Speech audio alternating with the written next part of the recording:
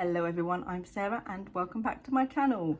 It's been a minute since I've been here because where is my motivation and desire to do anything? It's gone, it's not there. It's still sort of not there, but I thought, you know what, let's do something fun. Let's do something a little bit creative and crap down on some popular YA book tropes. Because why not? Today I'm going to be tier ranking tropes and cliches. Only the ones that I could think of. Here we go. This is going to be fun. I sort of have a problem with YA sometimes, which is really weird because I write YA novels, specifically YA fantasy. There's a lot of tropes that you see very often in YA that I really dislike. And if I see any of those tropes I dislike, the book is not a good book for me. I read Six of Crows and Crooked Kingdom and they sort of spoiled YA for me. I have yet to read a YA book that comes close to how I felt reading Six of Crows and Crooked Kingdom. So, love the books. They've ruined the genre for me because nothing is as good. And I'm a very particular person about what I like and what I do not like, which makes reading more books especially difficult. I'm going to try and get over it. No, I'm not going to try and go for it. I don't need to go for it. I will make book finding difficult, okay? It will just be difficult for me and I'm going to have to be okay with that. So we have 4 categories. We have Chef's Kiss, Love It, I Guess It's Okay, and Into the Dumpster. Any book that I read that has anything dumpsterish hinted in the blurb at the back, I'm like, no, I'm not going to read it. Sorry. I don't want to feel like I've wasted my time reading something I don't think I'm going to like. Being a writer and wanting to be a really avid reader but being super picky is really not easy. Let's begin. We have all of the tropes that I have right down here at the bottom. 3, 6, 9, 12, 18. There's 18 of them. There's probably more tropes within YA as a genre itself that are not on here.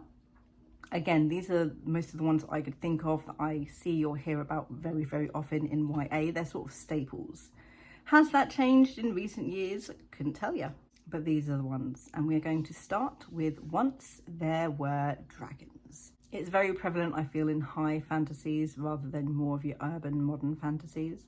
Game of Thrones did this really, really well with Daenerys Targaryen and her whole dragon storyline. This is one of those tropes where I know of it. I haven't read it enough to hate it and I haven't read it enough to love it. It's also not one of those tropes that I will read about and be like, oh, I have to read this book because it's got this specific trope in it. I'm on Canva, so please ignore the edit box that comes up. I guess it's okay. It's not going to put me off reading the book. It depends on how it's done, will depend on how much I enjoy it. Because I suppose there's only so many ways you can do the dragons are coming back and make it interesting. The next trope is found family. We're just gonna put right up, Chef's Kiss.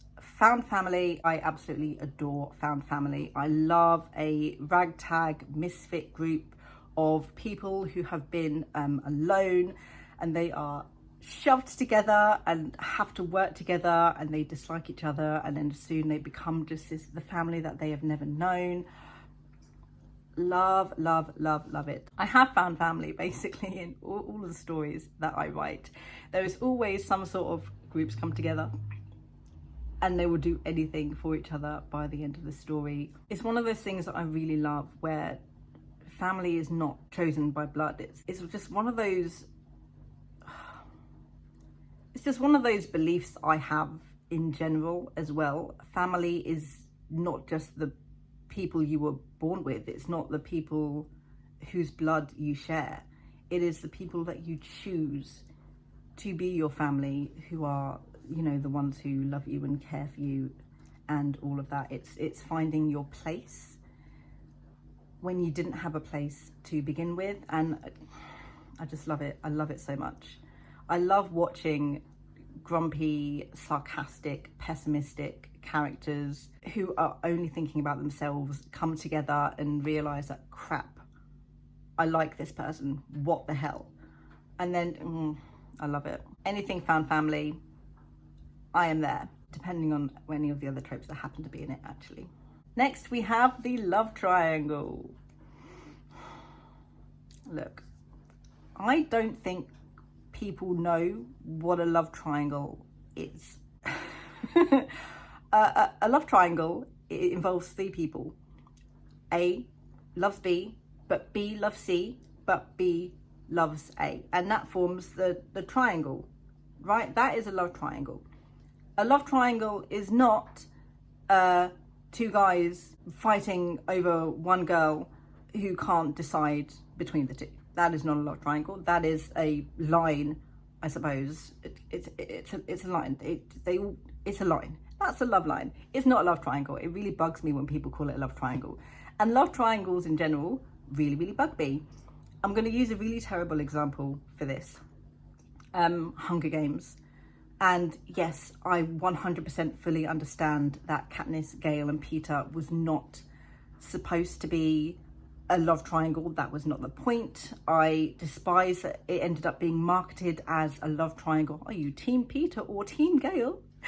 It's Team Peter. Everyone else is wrong. Okay? They're just done. I feel like they're done so terribly every time I read them, because it is always the main character and her goofy, lovable, adorable male best friend who loves her, and some bad boy comes in and then she's like, oh no, do I pick my best friend who I've known for ages, or do I pick the bad boy? And the Shadowhunters did this. I always say Shadowhunters because I can never remember the name of the actual book. I know it's not Shadowhunters. Shadowhunters did this and that put me off immediately. I was just like, no, I can't. I don't like, that's going straight into the dumpster. I can do without a love triangle. In my opinion, they are never done well, they are massively overused, and they are incorrect. Would I love to see an actual love triangle written really well? I would love to see an actual love triangle written well, but it's never actually a love triangle and they're never actually written well. You're going to see a common theme for Into the Dumpster. You can probably guess what it is. Next, slow burn. I'm always in two minds about slow burn. Slow burn is either done really well and it's fantastic, or it's done really badly and it sucks. And I feel like slow burn a lot of the time uses the miscommunication trope, where everything is just going to be resolved when they have their inevitable like sort of falling out but still pining for each other moment, if they just sat down and spoke to each other, right? Is that in my list?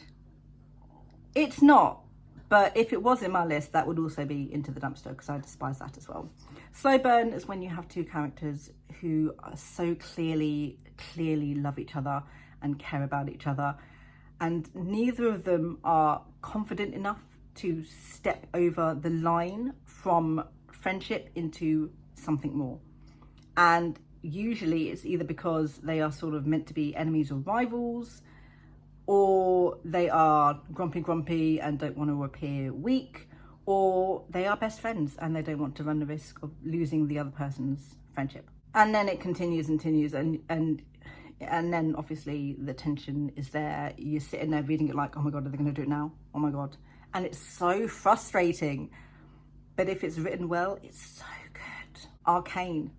That's not a book. It's not a book, but Arcane season 2 has just come out and I'm obsessing over it. Kate and Vi from Arcane season 1, their slow burn. And it's still going on and it's so frustrating, but it's written really well. Absolutely love it. Percy Jackson, again, Annabeth and Percy. Percabeth or Percabeth, I need to know. Annabeth and Percy, brilliantly written slow burn. I love it. Will I read a book if it specifically states it's slow burn? No, that's not going to tempt me into reading the book. But if it's in there and it's written well, I do love it. Next, Disney's favourite, dead parents. Why does every main character have to have a dead parent? Like, why is that one of the only things people can think of to give a main character angst and a tragic backstory? It's either one parent or it's both parents. Something terrible's happened.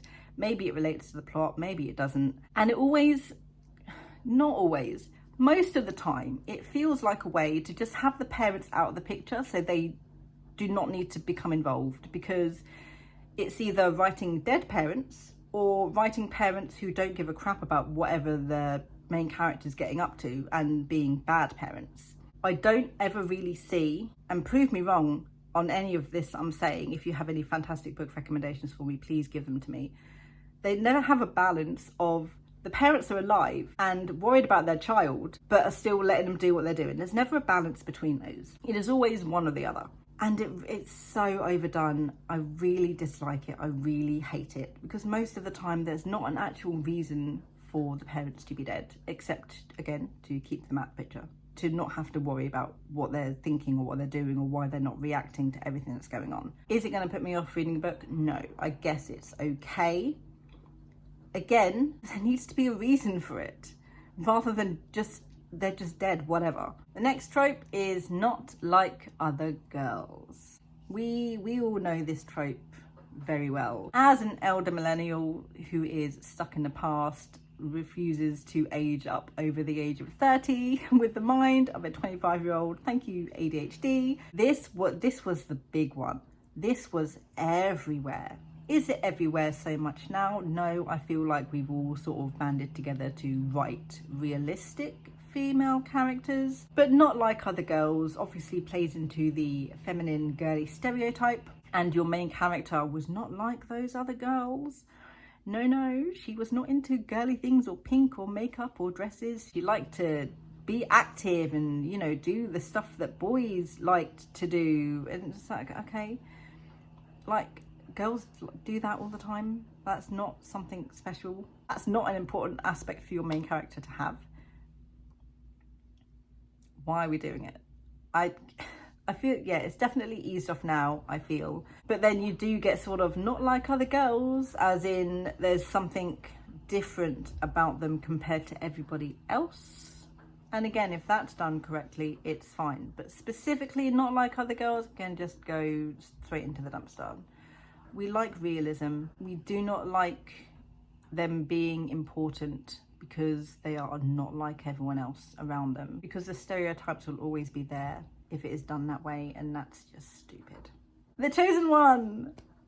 It's the Chosen One. Chosen One goes hand in hand with any sort of fantasy, ever, really.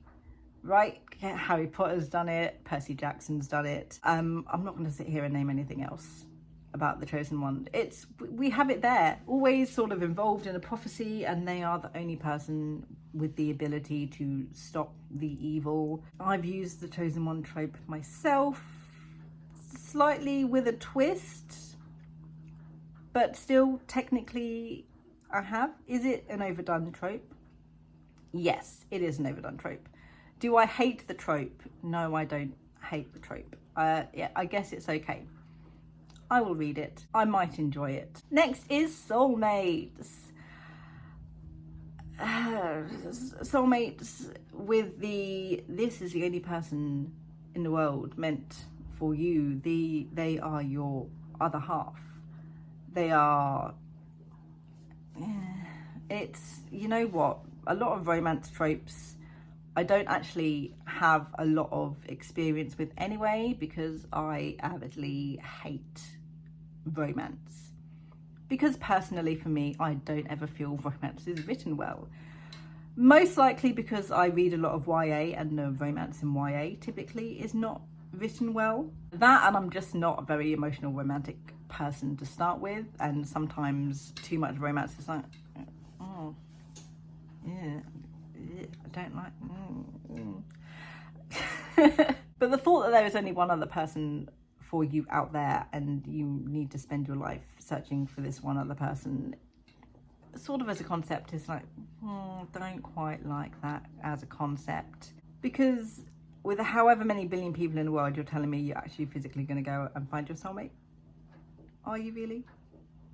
I know that the tropes surrounding soulmates, I think specifically within fan fiction section of the world, where their words to you are written on your skin, or you don't see colour until you see your soulmate, and then your world is filled with colour, or, you know, you draw on your skin and it comes up on your soulmate's skin.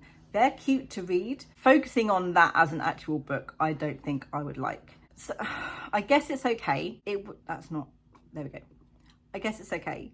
It's not something that I would personally go for. I wouldn't turn my nose up at it if it was in a book as sort of like a subplot, unless it was, if it was written well. I don't really have any firm yays or nays on it. It's just a trope that is there. I didn't actually realise I didn't quite have any firm thoughts on it until this particular second in time. That's interesting. Moving on, friends to lovers. Minute. Chef's kiss. Love friends to lovers. It needs to be done right. I love friends to lovers. It goes so well with slow burn. Just knowing that these two people love each other so much and would do anything to protect each other, and then together they just take that step and make that next step. It's just, it's so endearing to read, especially if it has been a slow burn. Especially if it has been, they are childhood friends, and then, you know, when they get older, then it's just, oh, I love it. It's so lovely. Ugh.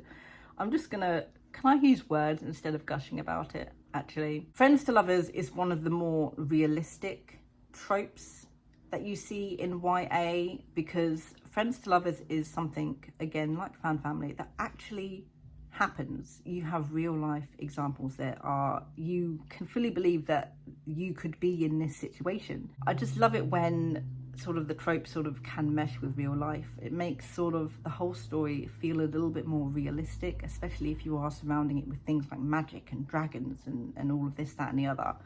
It adds that sort of touch of realism and adds the relatable. It makes the story and the characters a little bit more relatable because it is such a realistic situation to be in. Enemies to lovers. I don't chef's kiss love it, because a lot of the time I feel like enemies to lovers can sort of give really toxic relationships depending on the level of enemy that they are. And sometimes for me that comes off a bit, but this person did this and this and this and this, and you love them now.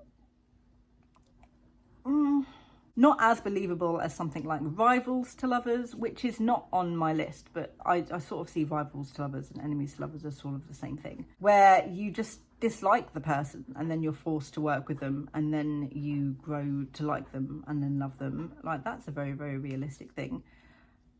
Depending on the depth of enemy and the history between enemy, depends on how much I like the actual trope and how it goes at the end.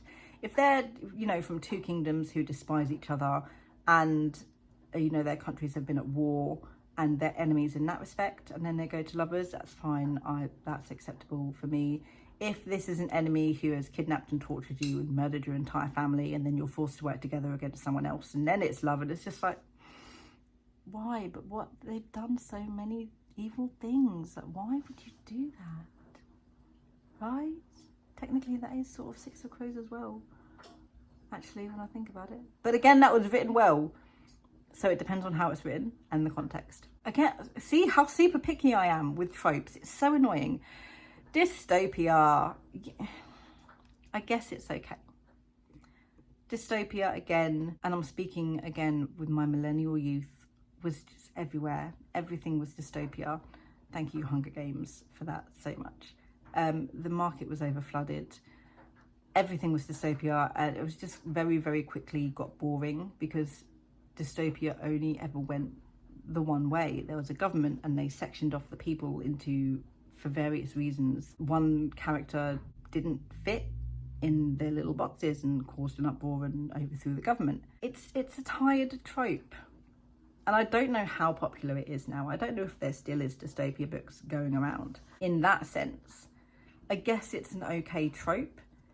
It needs to be done in a way that doesn't feel early 2000s TV movie. And it needs to be done, I feel, in a really new, fresh and interesting way in order for it to gain my interest. Prophecy is the next trope. Oh, that's difficult. Okay. So, prophecies. Again, it's another massive staple you see in a lot of YA fantasies in general, because you have the prophecy and you have the chosen one that goes with the prophecy, and then the fulfilling the prophecy is the plot of the book. Have I used prophecy myself? Yes, I have, or at least maybe not quite prophecy, maybe it's just a vision of the future that they're working on, so not quite a prophecy. And again, it depends on how it's used as to whether or not I feel it's good. I don't really have any twos or fours or against for prophecy. It just happens to be there. I'm very apathetic towards a lot of these tropes, actually. I didn't think I would be. Hidden identity. It's typically, oh, the main character is the missing princess or something like that. I can just go into the dumpster. I'll ignore the fact that that trope plays heavily into my favourite Disney movie, Tangled. Because an entire plot based around the hidden identity is always, sort of always feels like it plays out in the same way. You've got the main character who sort of happens to just become involved in something, and then along the way, oh, they discover that, oh, she's the missing princess and now she can save the country because of who she is, but she doesn't want to because it feels very samey and very, very done, very overdone. And I wouldn't miss it if it was gone. There's not a lot of Into the Dumpster. I thought there'd be more, actually. There's going to be a couple more. Insta skill, where the main character is very, very lovingly, happily skillless, and then goes through this like little training montage, and it's not very long, or tries doing something their first time and they're all amazingly amazing at it with no real practice or learning involved. It's not realistic. You have beginner's luck where you can do something for the first time and it turns out fantastic. I have beginner's luck quite well. Then when I try and do it again, I suck at it because I was so overconfident because I got it right the first time. I'm like, yeah, I can do this, is fine, and I'm not careful, and then it's wrong. Insta skill, just no one is that good at something straight away. No one is just naturally good at sword fighting or naturally good at archery. They might pick it up quicker than the average person, but in novels and books, you don't ever really see the learning of it. It's just, oh, I'm good at this. And then suddenly they're just amazing at it. I'm feeling if it doesn't involve realism, actually, is when I dislike it. That's very interesting. I'm just going to stick Insta Love right down here into the dumpster as well. I don't like Insta Love. Can it happen in real life? Yeah, I guess it can. But meeting someone and being with them for a couple, I'm going to contradict myself here, okay? I really do apologise. Meeting someone and instantly being like, oh my God, you are amazing. I love you. Twilight did this. I feel between Ella and Bedward. Bella saw Edward and was just like, oh my God, I love you so much. No, that's stupid. That's so stupid. And Edward liked you back too, like straight away. That's so stupid. You don't know each other. That's dumb. Okay, you can't know each other. You can't know someone for 2 days and be like, I love you so much. And I contradict myself by saying that because Kate and Vi from Arcane sort of met each other. And then over the course of 3 days, we're like, here's the pining. But again, that was written well. And I don't mind that because it was written well. And I feel like they trauma bonded a little bit, which I feel can be realistic. Again, it's how it's written. Is what makes it or breaks it for me with any of the tropes. It's just all of the insta loves that I've written are not realistic, and I feel I've just done to have some sort of subplot and love triangle and drama where there doesn't need to be any drama.